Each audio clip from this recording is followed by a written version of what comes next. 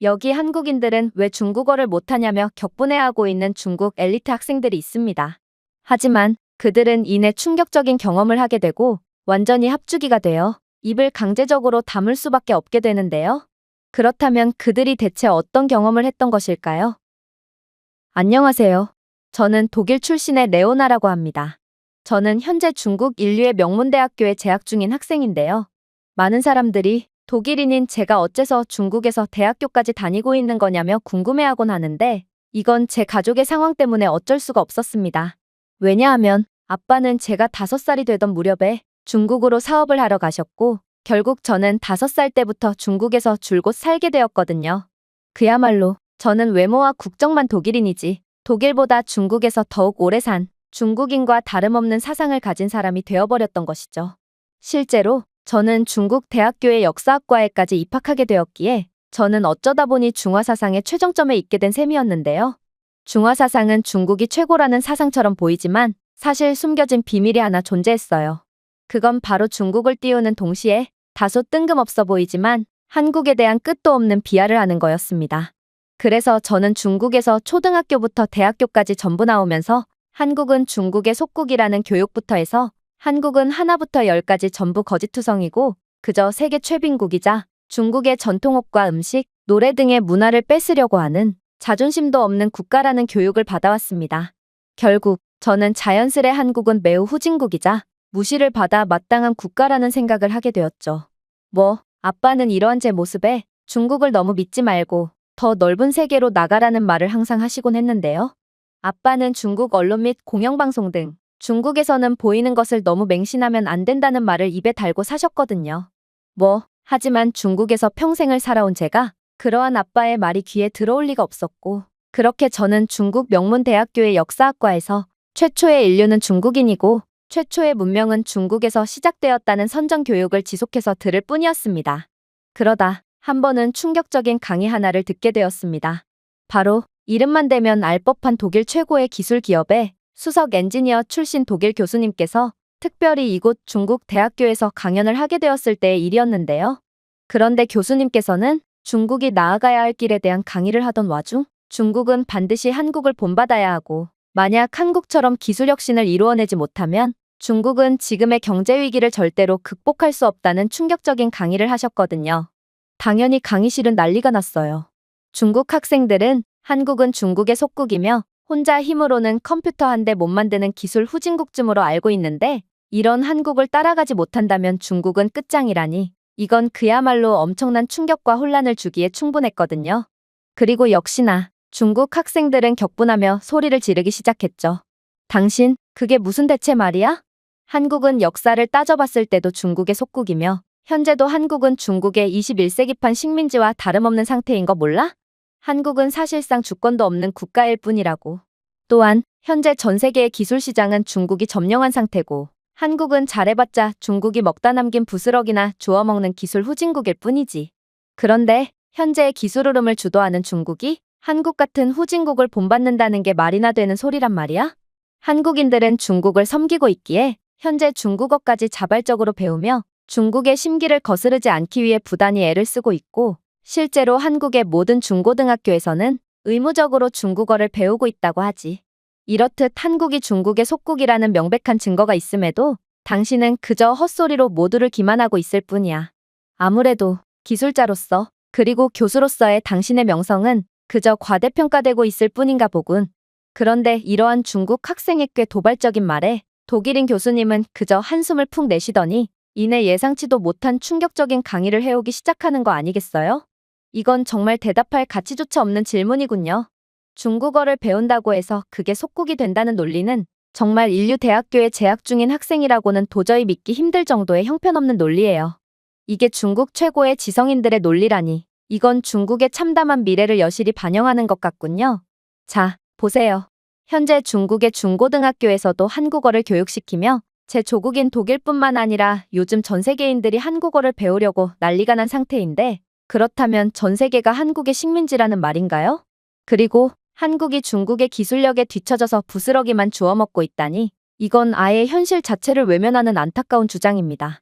여러분들은 다가올 미래 산업에서 어떤 분야가 가장 유망할 거라고 생각하시나요? 지금까지 스마트폰이 기술 산업을 주도하며 엄청난 자본을 빨아들였다면 이제는 전기자동차, 그리고 전기자동차 중에서도 가장 중요한 부분인 전기자동차 배터리 산업이 막대한 자본을 빨아들이게 될 것입니다. 그리고 이 사실은 전 세계 모든 국가들이 알고 있기에 모든 국가들은 전기자동차 배터리 기술을 선점하기 위해 천문학적인 자본을 투자하고 있죠. 그렇다면 현재 이러한 배터리 기술에서 어떤 국가가 우위를 점하고 있을까요? 전통적인 자동차 기술 강국인 독일? 아니면 전 세계에서 가장 많은 자본을 쏟아부으며 미래 패권국을 노리는 중국? 놀랍게도 현재 압도적인 배터리 기술을 가지고 있다고 평가받는 국가는 바로 한국입니다. 중국 학생들이 전기차 배터리 시장에서 중국이 우위를 차지하고 있다고 믿는 이유는 대충 이해가 갑니다. 사실 중국은 전기차 배터리를 가장 많이 판매한 국가 중 하나거든요. 그런데 매출을 따져보면 중국은 거의 적자 수준임에도 한국은 이러한 배터리 시장에서 엄청난 해외 수출을 하며 막대한 마진을 남겼습니다. 분명 한국이 중국보다 적은 판매량을 가져갔음에도 도대체 왜 이익은 한국이 훨씬 많이 남았을까요? 간단합니다. 중국은 이 분야에 엄청난 자본을 투자했음에도 아직도 형편없고 원시적인 기술력만을 가지고 있기에 그저 압도적인 저가 정책을 통해 마진이랄 것도 없는 수준의 이익을 보며 배터리 수출을 하고 있을 뿐이거든요. 생각해보세요. 중국 정부는 전기차 배터리 생산에 막대한 보조금을 지급하여 CATL 및 비아디와 같은 주요 업체에 자금, 토지 및 인프라를 제공했습니다. 이러한 지원을 통해 중국의 전기차 배터리 기업은 빠르게 확장을 하는 것처럼 보였죠. 그러나 중국은 늘 그랬듯 고차원적인 기술을 개발하기는커녕 그저 저성능 배터리를 저가에 팔아먹는 저가 정책에만 의존하는 한계를 보였습니다. 중국 배터리 제조업체들은 니켈, 코발트, 망간 배터리에 비해 저렴하지만 에너지 밀도가 낮은 리튬 인산철 배터리를 포함한 저비용 솔루션만을 전문으로 하고 있거든요. 이러한 낮은 수준의 기술력이 명백한 중국의 한계이며 이러한 최첨단 기술 개발이 아닌 저가 정책에만 의존하는 중국은 혁신 잠재력이 제한되어 도저히 미래가 보이지 않을 뿐입니다. 중국이 그렇게나 기술력에 자신이 있었다면 왜 중국의 플래그십 전기차 모델들조차 죄다 한국산 배터리를 사용하는 거죠? 이러한 중국조차 한국의 전기차 배터리를 사용하는 현실이야말로 중국은 한국의 기술력 차원에서 압도당한다는 사실을 자신들 스스로가 인정하고 있는 꼴이라는 것입니다. 반면에 한국은 어떤가요? 한국은 중국의 기술력을 한 차원을 뛰어넘은 기술을 가지고 있습니다. 한국은 현재 중국이 사용하는 리튬이온 기술에 비해 더 높은 에너지 밀도, 더 빠른 충전, 더 향상된 안전성을 제공하는 고체 배터리를 사용하고 있거든요.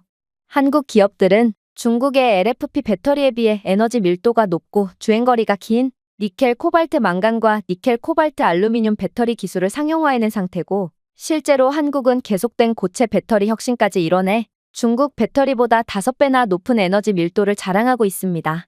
그러나 한국의 가장 두려운 점은 따로 있습니다. 그건 바로 한국은 그렇게나 압도적인 투자를 했던 중국보다도 5배가 더 많은 첨단 배터리 기술 특허를 출원했다는 사실이죠. 중국이 질보다 양으로 승부하며 기술 혁신을 도저히 이뤄내지 못했을 때 한국은 중국보다 적은 자본을 투자했음에도 중국이 해내지 못한 혁신을 계속해서 이뤄냈고 이제는 중국이 도저히 따라올 수조차 없는 경지에 이르게 된 것입니다. 또한 중국 입장에서는 더욱 암담한 점은 중국의 이러한 저가 정책도 시간이 갈수록 도저히 먹혀들지 않게 될 거라는 점인데요. 한국은 매우 천재적인 국가로 전략적이고 과감하게 공급망 다각화를 실시했기 때문에 중국에 비해 압도적인 성능을 자랑하는 배터리를 더 낮은 가격에 제공할 수 있기 때문입니다. 즉, 비용 절감까지 이뤄낸 한국은 이제는 중국이 지배하고 있던 저가 배터리 시장까지 전부 뺏어오게 될 거고 이러한 한국의 독주 흐름은 벌써 그 징조가 보이는 중이라는 것입니다. 사실 한국은 인건비가 매우 높은 국가이기 때문에 이는 인건비랄 게 거의 없는 수준의 중국에 비한다면 해외 수출에 불리한 위치에 있는 게 사실입니다. 하지만 한국은 베트남과 헝가리 등의 제조 공장을 건설함으로써 비용 이점과 글로벌 시장과의 근접성을 결합하여 물류 비용을 절감할 수 있었습니다. 한국 기업들은 지역 전기차 시장에 대응하고 현지화 요구사항을 충족하기 위해 전 세계의 배터리 공장을 건설하고 있고 실제로 SK온은 유럽 및 북미 자동차 제조업체를 지원하기 위해 헝가리와 조지아에 생산시설을 설립했죠. 이를 통한 인건비 및 물류 비용의 절감은 곧 중국의 저가 정책도 이제 불가능하게 되었다는 것을 뜻한다고 볼 수 있습니다.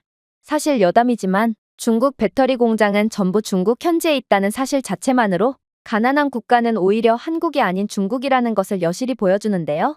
중국인들은 동남아 국가들을 무시하곤 하지만 사실 중국 인건비가 동남아 인건비보다 저렴하니 이들은 중국 현지에서만 생산을 하며 공급망 다각화라는 것을 전혀 하지 않는 거거든요. 그러나 만약 중국에서 무슨 일이라도 터진다면 이러한 뜻하지 않은 사고는 연쇄 반응을 일으켜 대참사를 불러일으킬 것입니다. 특히나 정치적 불안정성이 매우 심한 중국이기에 중국은 그야말로 어떻게 될지 모르는 시한폭탄 같은 상황에 놓여 있다고 봐도 무방한 거죠. 저런 중국 최고의 인재들이라는 학생들이 아직도 제 말을 이해하지 못하고 눈만 껌뻑대고 있군요. 자, 더 쉽게 설명해 드리겠습니다. 한국산 배터리는 테슬라, 포드, BMW와 같은 선도적인 자동차 제조업체들로부터 무한한 신뢰를 받으며 독점 파트너십까지 맺은 상태입니다. LG 에너지 솔루션은 테슬라, 폭스바겐, 포드, 현대 기아의 배터리를 공급하고 있고 SK온은 포드와 수십억 달러 규모의 전기 트럭 및 SUV 라인업 계약을 체결했죠. 즉, 사실상 전 세계 전기차 산업은 한국이 없으면 아예 생산 공정 자체가 전부 멈춘다는 말입니다. 전기차에서 가장 기술적으로 중요한 부분이 바로 배터리 부분인데 전통적인 자동차 강국인 독일조차 심지어 전기차 시장에 가장 큰 투자를 하고 있다는 미국조차 한국의 기술력을 도저히 따라오지 못하고 있고 한국의 기술력에만 전적으로 의존하고 있는 게 지금의 현실이거든요. 반면에 중국의 저가형 LFP 배터리는 아무도 사용하지 않습니다. 그저 저가형 중국 전기차에서나 사용될 뿐이고 그러한 싸구려 중국산 전기차는 가난한 중국인들이 아니고서야 아무도 구매하지 않죠. 심지어 한국은 세계 최고의 기술력뿐만 아니라 중국의 박리담회를 대체할 강력한 비용 절감이라는 카드까지 갖고 있는 사실상 무한한 가능성을 가지고 있으면서도 전기차 배터리 시장을 지배하면서 버는 막대한 이익을 전부 연구개발에 투자하고 있고 이는 앞으로도 한국이라는 압도적인 국가를 막을 국가는 도저히 없다는 소리인데요. 독일인이자 나름 기술기업에서 엔지니어로 일했던 제 입장에서도 이렇듯 기술시장의 주도권을 한국에 완전히 내주게 된 상황에 안타까움을 느끼지만 아무튼 정말로 발등에 불 떨어진 건 이 시장에 무리하면서까지 막대한 투자를 했지만 결국 한국에 패배하고만 중국이라는 것이죠.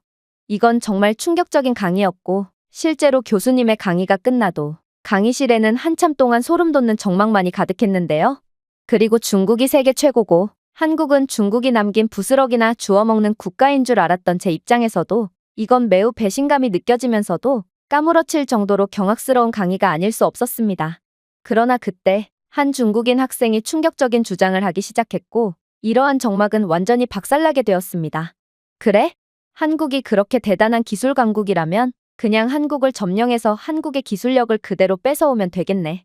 어차피 한국인들은 다들 중국인이 되고 싶어하는 식민지인들 아니야? 한국인들은 중국인이 되고 싶어서 중국어까지 필수적으로 배우는 상황이고 실제로 중국의 공영방송에서는 중국인 관광객에게 깍듯이 중국어로 응대하는 한국인들의 영상이 수도 없이 공개되어 있지. 만약 중국이 한국인들에게 자랑스러운 중국인이 될 기회를 제공한다면 한국인들은 단 한 명도 빠짐없이 자신들의 나라를 버리고 기꺼이 중국인이 되려고 할 거야. 그렇게 된다면 한국의 기술력도 곧 중국에 흡수되겠지. 중국 학생의 말에 중국의 현실에 침울해하던 중국 학생들은 일제히 환호성을 내질렀고 그러한 고성에 교수님은 귀를 틀어막으며 미간을 찌푸렸는데요. 그러면서 중국 학생들의 광기 어린 모습에 혀를 끌끌 차더니 이내 이 강의실에서 유일하게 금발의 푸른 눈을 가지고 있던 제게 시선을 집중하더군요. 그러고는 저보고 어디 나라 출신이냐고 물어왔죠. 저는 뭔가 알 수 없는 부끄러움을 느꼈고 그렇게 기어가는 목소리로 독일이라고 대답하게 되었는데요. 그러자 교수님은 마치 들어서는 안 될 말이라도 들은 것처럼 머리를 감싸쥐더니 이내 이러한 중국인들의 행보에 대해 어떻게 생각하냐고 물어오더군요. 사실 저는 할 말이 없었습니다. 저는 중국에서 계속된 세뇌 교육을 받다 보니 정말로 중국인들처럼 생각하게 되었고 저는 오로지 중국의 편일 뿐이었거든요. 특히나 다른 중국 학생들은 제가 섣부른 대답이라도 하면 가만두지 않겠다는 듯 눈을 잔뜩 부라리며 제게 무언의 압박을 가했기에 저는 결국 교수님의 말에 차마 아무런 대답도 하지 못하고 말았습니다. 그리고 이러한 제 모습에 독일인 교수는 한숨을 푹 내쉴 뿐이었는데요. 그러면서 도대체 독일이 어디까지 추락한 거냐며 독일 학생이 여기서 뭘 하고 있는지는 모르겠지만 공산당을 믿지 말고 더 넓은 세상으로 나가라며 아빠와 똑같은 조언을 해오더라고요. 그와 동시에 교수님은 자신은 이런 수준 낮은 중국에서 조금도 더 있을 수 없을 것 같다며 중국 명문대 순회 강연을 온 자신이지만 그냥 다른 강연을 전부 취소한 채 곧바로 독일로 다시 돌아가야겠다며 강의 시간을 한참이나 남겨두고 그대로 강의실을 빠져나가 버렸는데요. 그리고 그러한 교수님의 모습에 중국 학생들은 교수님의 명성은 전부 거짓말이고 교수는 분명 사기꾼이 분명하다며 퇴장하는 교수님을 향해 침을 뱉으며 쓰레기까지 던져대더군요. 저는 이러한 중국 학생들의 수준 낮은 모습에 현타를 잔뜩 느끼게 되었고 그렇게 제가 중국에서 정말 제대로 된 교육을 받고 있는 건지 헷갈릴 지경에 이르게 되었습니다. 그리고 그렇게 중국에 대한 의심이 극에 달할 무렵 저는 우연히 독일 공영 채널에서 충격적인 영상을 접하게 되었죠. 저는 독일어를 까먹을까봐 항상 독일 TV 채널을 시청 중이었는데 독일 공영방송은 이내 두 눈을 휘둥그레지게 만드는 놀라운 내용의 다큐를 송출했거든요. 이대로라면 전 세계는 한국에 의해 완전히 집어삼켜지게 됩니다. 십수년 전까지만 해도 그저 기술력 측면에서 다크호스라고만 여겨지던 한국은 이제 전통적인 기술 강국들을 무참히 박살내며 모든 파일을 뺏어가고 있거든요. 안타깝게도 전통적인 기술 강국이라고 불리던 독일조차 이제는 한국에 의해 완전히 기술력 수준을 따라잡히게 되었습니다. 혁신이 없는 독일은 그저 정체되어 버렸고 과거의 명성은 있지만 내실은 없거든요. 아무래도 한국의 기술 혁신으로 인해 가장 큰 피해를 본 국가는 독일과 중국이라고 봐도 무방할 정도로 한국은 기존의 기술 시장을 주도하고 있던 독일의 먹거리를 완전히 빼앗아 간 상태이며 저가 정책만을 고수하며 박리담회식 기술 수출을 하던 중국에도 압도적인 기술력과 합리적인 비용을 제시하며 중국까지 완전히 압도하고 있는 상황이죠. 이러한 현실은 최근에 있었던 쿠웨이트의 스마트시티 개발 프로젝트만 봐도 알 수 있습니다. 쿠웨이트는 사우스 사드 알 압둘라 스마트시티 프로젝트에 대한 국가수주 공고를 냈고 이는 약 20조 원 규모의 대형 사업이었기에 당연히 많은 국가들에서 이러한 막대한 마진을 노리고 경쟁에 뛰어들었거든요. 그 중에서도 이번 국가수주 입찰에서 가장 큰 경쟁자로 떠오른 건 한국과 독일, 그리고 중국이었습니다. 독일은 각종 국가 기술수주 경쟁에서 한국에 의해 연이은 패배를 겪고 있던 상황이었기에 이번 스마트시티 개발 사업에 있어 더욱 철저한 준비를 해왔고 중국은 기존의 20조 원 규모의 프로젝트를 단돈 4조라는 단가 후려치기로 승부를 봤거든요. 그러나 결과적으로 이번 경쟁에서 승리한 건 바로 한국이었습니다. 왜냐하면 한국은 그 어떠한 국가들도 감히 해결책을 제시하지 못한 부분에도 천재적인 발상으로 모든 문제를 해결했거든요. 일단 쿠웨이트는 석유 수출로 막대한 부를 쌓은 부자 국가입니다. 그러나 이러한 석유 수출로 부를 쌓은 중동 국가 특유의 고질적인 문제를 앓고 있는 중이죠. 바로 인프라 부족입니다. 즉, 이번 경쟁에서 중요한 점은 스마트시티 기술 구현뿐만 아니라 쿠웨이트의 각종 인프라를 손봐줘야 한다는 말인데 이 부분에서 한국은 압도적으로 유리한 고지를 점했죠. 왜냐하면 한국의 국가 기술력 경쟁력은 어제 오늘 일이 아니고 한국 기업들은 중동 건설 및 스마트 기술 프로젝트에서 강력한 명성을 쌓아왔기 때문입니다. 한국은 이미 200조 원 규모의 사우디아라비아 리야드 메트로 프로젝트에서 성공적인 결과를 거두었고 극심한 더위, 모래 폭풍, 그리고 희소한 수자원으로 특징지어지는 중동 지역 특유의 건조한 환경에도 인프라의 내구성과 자원의 지속 가능성에 대한 큰 도전을 해결한 국가거든요. 반면에 독일은 이러한 사막 기후에 대한 속시원한 해결책을 제시하지 못했고 결국 이번 경쟁에서도 물만 잔뜩 먹은 채 경쟁에서 도태될 뿐이었던 것입니다. 또한 중국은 압도적으로 저렴한 단가를 제시했음에도 여전히 신뢰를 받지 못했죠. 애초에 중국이라는 나라 자체가 스마트시티를 구현해내지 못했는데 어떻게 남이 나라의 스마트시티를 구현해 줄 수가 있겠어요?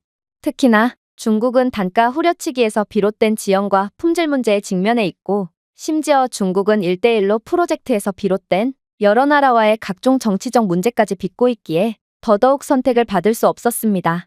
하지만 한국은 중동 지역에서의 여러 프로젝트 성공 경험이 있을 뿐만 아니라 한국의 여러 도시들은 이미 세계 최고의 스마트시티를 구현해 놓은 상태였는데요.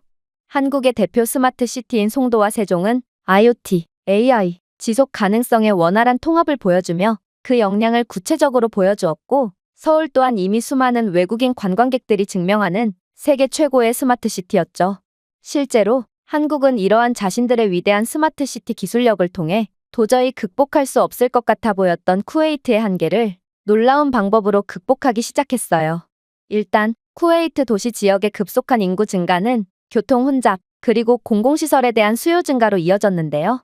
이러한 급속한 혼잡 때문에 기존의 교통 인프라는 증가하는 차량 수를 감당하기에 상당히 불충분했고, 공공시설 및 인프라도 한계 상태에 다다른 상태였습니다.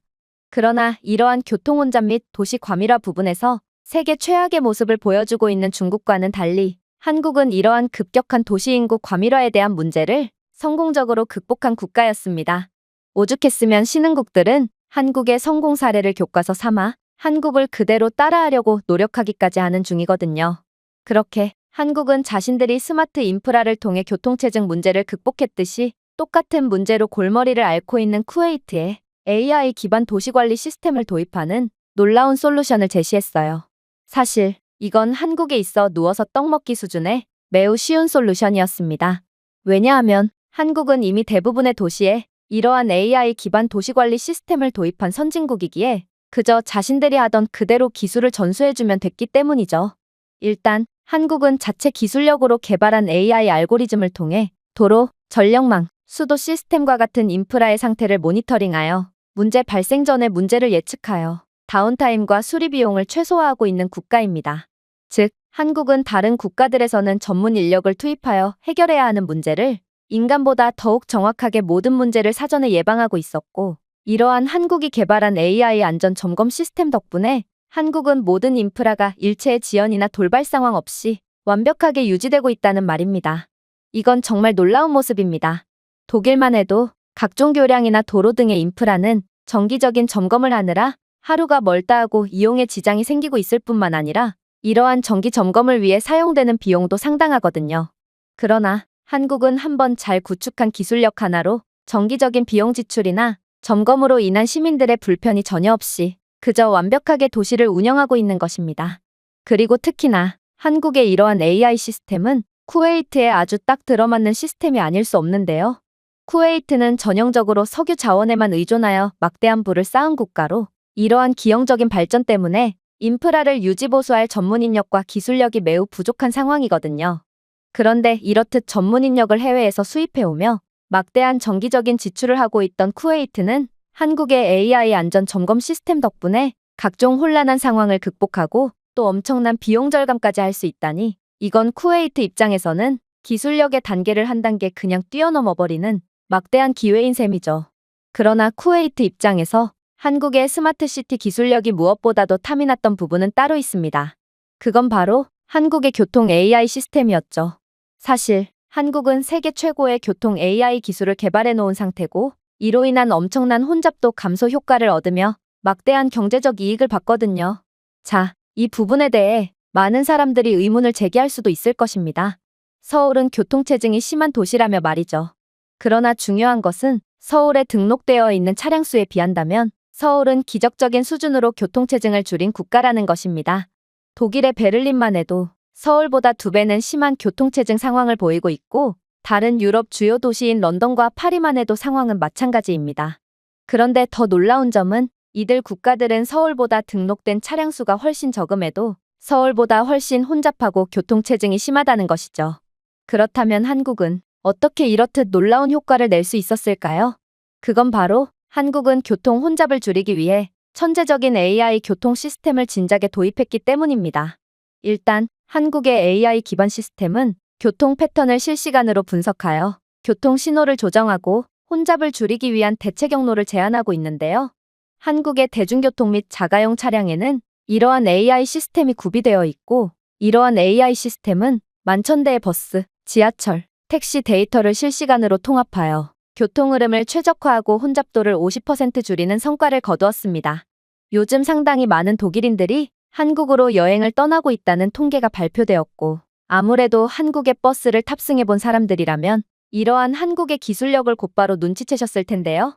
한국의 버스는 클라우드 기반 교통관리 시스템을 사용하여 경로와 일정을 동적으로 최적화한 상태거든요. 한국의 최첨단 교통관리 시스템은 도로 센서, GPS, 기상 관측소에서 데이터를 수집하여 혼잡을 예측하고 사용자에게 사전에 공지해주고 있고 여러분들이 탑승한 한국 버스가 늘 빠르게 이동할 수 있었던 이유는 바로 이러한 한국의 기술력 덕분이라는 것입니다. 심지어 한국은 승객 수요 예측 AI 기술까지 개발하며 피크 시간을 예측하고 혼잡한 노선에 추가 버스를 배치하여 대기 시간을 최소화하는 말도 안 되는 모습을 보여주기까지 했는데요. 이로 인해 한국의 대중교통 정시율은 95% 이상으로 향상되어 2위와도 현격한 격차를 보이는 압도적인 교통강국으로 거듭나게 되었죠. 물론 한국의 압도적인 기술력은 여기서 끝이 아닙니다. 한국의 대중교통마저 사람이 일일이 점검 및 수리를 하는 것이 아닌 AI 기반 예측 유지보수 시스템을 통해 버스가 항상 최상의 상태를 유지하도록 보장하거든요. 한국에서는 대중교통 정기 점검으로 인해 승객들이 지연 등의 문제로 피해를 볼 일이 없습니다. 한국 버스는 별도의 센서를 통해 엔진 성능, 타이어 공기압 및 배터리 수준이 실시간으로 모니터링되고 있고 AI는 사소한 문제가 확대되기 전에 감지하여 피크 시간이 아닌 시간대에 유지 보수를 예약하거든요. 이러한 예측 시스템은 유지 보수 중단 시간을 60% 줄여 버스가 더 오래 운행되도록 보장하고 있는 것입니다. 자, 한국은 이렇듯 완벽한 스마트 시티를 구현해 놓았습니다. 그리고 아무리 봐도 한국이 여기서 더욱 효율성을 개선할 수 있는 방법은 전혀 없어 보이죠. 그러나 한국은 극한의 효율성으로 유명한 국가입니다. 이들은 이러한 기술력을 통해 극한으로 효율적인 시스템을 구현하지 않을 거였다면 애초에 시작조차 안 했다는 듯 더욱 천재적인 기술들을 보여주기 시작했거든요. 일단 한국은 버스 정류장을 전부 실시간 도착 정보, 날씨 업데이트, 경로 제한을 표시해주는 스마트 버스 정류장으로 교체하기 시작합니다. 그리고 한국은 이러한 스마트 정류장에 무선 휴대폰 충전기 등 여러 편의시설을 추가했죠. 처음에 전 세계 도시공학자들은 이러한 한국의 모습에 의문을 표할 뿐이었습니다. 스마트 버스 정류장을 만드는 건 교통 효율과는 관계가 없는 그저 돈 낭비일 뿐이고 한국처럼 전국적인 스마트 정류장을 구현해 놓는 건 그저 예산 낭비에 그칠 거라고 비난했거든요. 그러나 한국은 이러한 이론과는 완전히 정반대되는 결과를 만들어냅니다. 스마트 정류장으로 인해 매우 체계적인 교통 정보를 확인할 수 있고 또 편리한 대기를 할 수 있게 된 한국의 시민들은 전부 자가용을 놔두고 대중교통을 이용하기 시작했거든요. 한국의 대중교통이 계속해서 선진화될수록 한국인들은 구태여 자가용을 이용할 필요가 없어 교통 혼잡이 개선되었다는 것입니다. 즉, 한국이 웬만한 전 세계 대도시 중에서도 가장 많은 자가용 대수를 기록하고도 교통체증은 선진국 대도시 중 세계 최하위 수준인 것도 전부 이러한 한국의 높은 기술력과 천재적인 전략 덕분이라는 것이죠. 물론 한국의 공유 자전거 시스템도 한국의 교통혼잡 해소에 많은 기여를 해주었습니다. 따릉이라고 불리는 한국의 GPS 기반 공공자전거 공유 시스템은 실제로 자가용을 이용할 예정이었던 시민들을 자전거로 유도함으로써 서울의 교통체증을 15%나 줄이는 압도적인 성과를 냈다고 알려져 있거든요. 최근 들어 갑자기 전 세계적으로 이러한 공유 자전거 시스템이 늘어나고 있는 이유도 한국의 공유 자전거 시스템 도입 성공 이후 전 세계 모든 국가들이 한국을 따라하고 있기 때문입니다. 그리고 이렇듯 세계에서 가장 완벽한 스마트 시티를 구현한 한국이기에 쿠웨이트는 한국을 선택할 수밖에 없던 것입니다. 이러한 한국이 개발한 AI 교통 시스템이 쿠웨이트에 적용된다면 쿠웨이트는 그야말로 그동안 넘쳐나는 자원 덕분에 기술력 개발을 게을리했던 과거의 실수를 전부 극복할 수 있게 되거든요. 일단 쿠웨이트에 한국식 AI 교통 시스템이 도입되어 동적인 교통 신호 조정을 제공하게 된다면 쿠웨이트에 특히나 혼잡하고 정리가 되지 않은 도로 상황에 200%의 효율을 제공하게 될 것으로 예상되는데요. 그만큼 쿠웨이트의 도로 시스템은 기술력이랄 게 하나도 들어가지 않은 백지 상태기에 더더욱 한국의 시스템으로 이익을 볼 수 있는 것입니다. 물론 여기서도 한국의 천재적인 전략을 여실히 엿볼 수 있죠. 한국은 쿠웨이트의 스마트 교통 시스템을 도입해주면서 자신들의 놀랍도록 효율적인 대중교통을 통해 쿠웨이트의 대중교통 인프라 구축 사업까지 따내며 추가적인 천문학적인 수익을 얻어냈거든요. 사실 대중교통 인프라 구축 사업은 상당한 대규모적인 프로젝트며 이는 엄청난 마진이 남는 걸로 알려져 있는데요. 그런데 한국은 자원 강국이라 막대한 부를 자랑하는 쿠웨이트의 돈을 완전히 쓸어오려고 작정을 했는지 이러한 스마트 시티 프로젝트로 인한 이익뿐만 아니라 추가적인 막대한 프로젝트 계약금까지 따내며 그야말로 웬만한 국가의 1년 예산쯤 되는 상당한 이익을 벌어들인 것입니다. 그러나 한국의 소름돋는 기술력은 여기서 끝이 아니었습니다. 사실 한국은 폐기물 관리 기술력 부분에서도 세계 최고 수준을 자랑하는데요.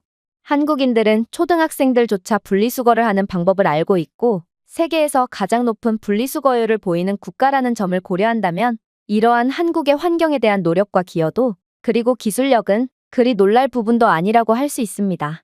실제로 인천 송도 국제업무지구만 봐도 한국의 차원이 다른 기술력과 환경을 위한 노력을 여실히 느낄 수 있는데요. 한국은 이미 쓰레기를 중앙처리센터로 운반하여 아예 쓰레기 트럭 자체를 없애는 지하 공합 폐기물 시스템을 갖추고 있고, 송도를 비롯한 여러 신도시에서는 모든 폐기물을 지하로 보내서 처리하는 천재적인 기술을 구현해냈거든요. 이는 매우 위생적일 뿐만 아니라 장기적으로 봤을 때는 도시의 슬럼화 예방과 효율성 개선으로 더욱 큰 이익을 볼 수 있는 놀라운 기술력이라고 볼 수 있습니다. 심지어 송도에서는 이렇게 모인 폐기물을 50메가와트의 전력으로 변환하여 18만 가구의 전력을 공급하고 있기까지 한데요. 즉, 모든 것을 극한으로까지 개발하는 극단적인 한국은 전 세계 그 어떤 국가들도 해내지 못한 말도 안 되는 기술을 개발하는 사고를 친 것입니다. 물론 한국의 놀라운 폐기물 처리 기술은 여기서 끝이 아니었습니다.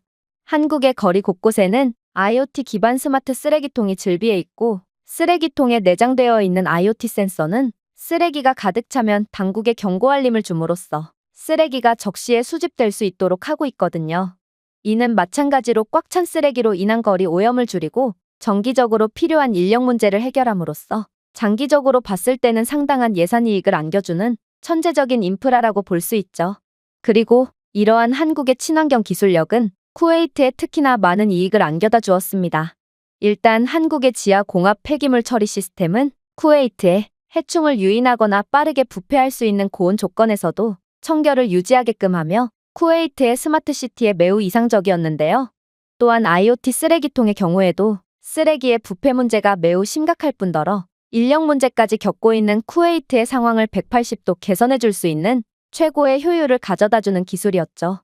그러나 쿠웨이트가 한국의 이러한 친환경 기술을 무엇보다도 환영하고 있는 이유는 따로 있습니다. 그건 바로 한국의 기술력은 쿠웨이트라는 국가의 운명 자체를 완전히 뒤바꿀 수 있는 강력한 힘으로 작용할 수 있기 때문이죠. 왜냐하면 쿠웨이트는 무분별한 석유 및 자원 남용으로 환경오염 국가라는 오명이 붙은 국가고, 요즘처럼 친환경을 중시하는 세계적인 기조 속에서 이러한 쿠웨이트의 자원을 통한 발전은 국제제재 및 비판을 받는 상당한 오점으로 작용하고 있거든요. 그래서 환경오염 국가 쿠웨이트는 석유로 쌓은 막대한 국가의 부에 비해 국제적 발언권이 전혀 없었습니다.